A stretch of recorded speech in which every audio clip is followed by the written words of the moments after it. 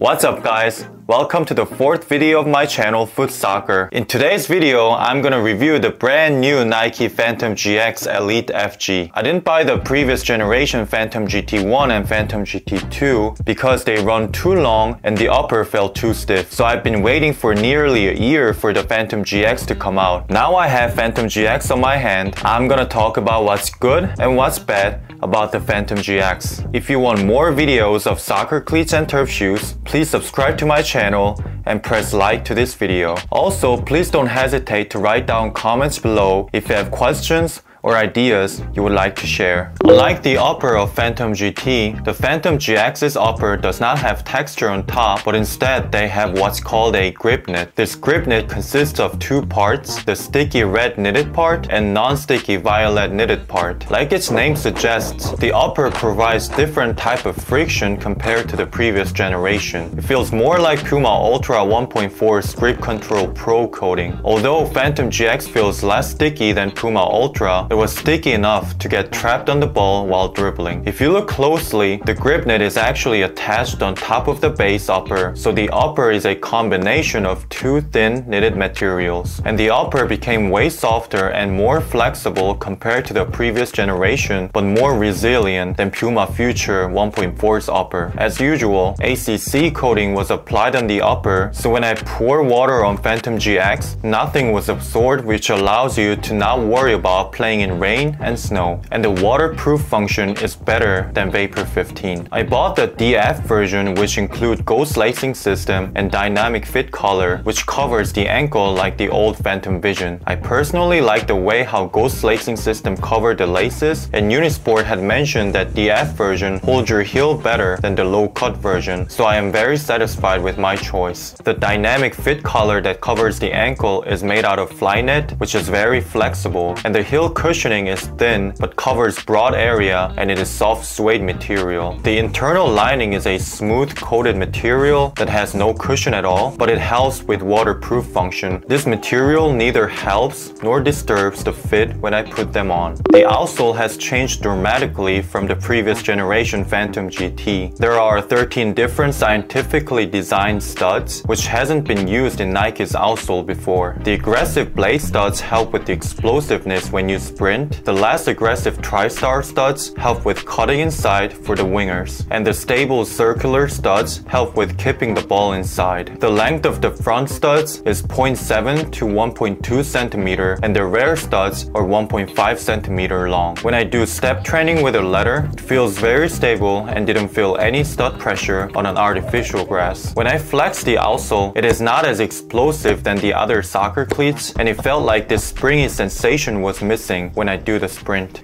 Even though it was minus 12 degrees Celsius when I first tried out the Phantom GX, it wrapped around my feet comfortably because the upper was so soft and pliable. Because there is no cushioning inside, it doesn't feel snug like natural leather cleats, and took about an hour for my feet to get adjusted to the cold weather. The toe box runs a little low that I could see each of my foot joints, but it was not uncomfortable because the upper stretches right away to adopt my foot shape. When I compare Phantom GX's fit and feel to Vapor 15 Elite, Vapor 15 still tightly wraps around my feet even after a few months. But in contrast, Phantom GX lacks this tight and uniform feeling, but it is comfy enough that it feels like I've already gone through the break-in period. I could feel the grip knit's effect the most when I dribble, that it feels like the ball becomes glued to my feet, and it also helps when I receive the ball. I've done a lot of shooting as well, and I feel like the grip knit doesn't really help with curving the ball. Also, when I try to rip the ball really hard, it was hard to find the sweet spot that I would say the first shooting experience was not that pleasant. But I will keep testing it out because the feeling on my foot was satisfying when the impact point was well found. But the strange thing is, when I do the long passes, the ball traveled further and more accurate, so I think the midfielders who are specialized in passes will love Phantom GX.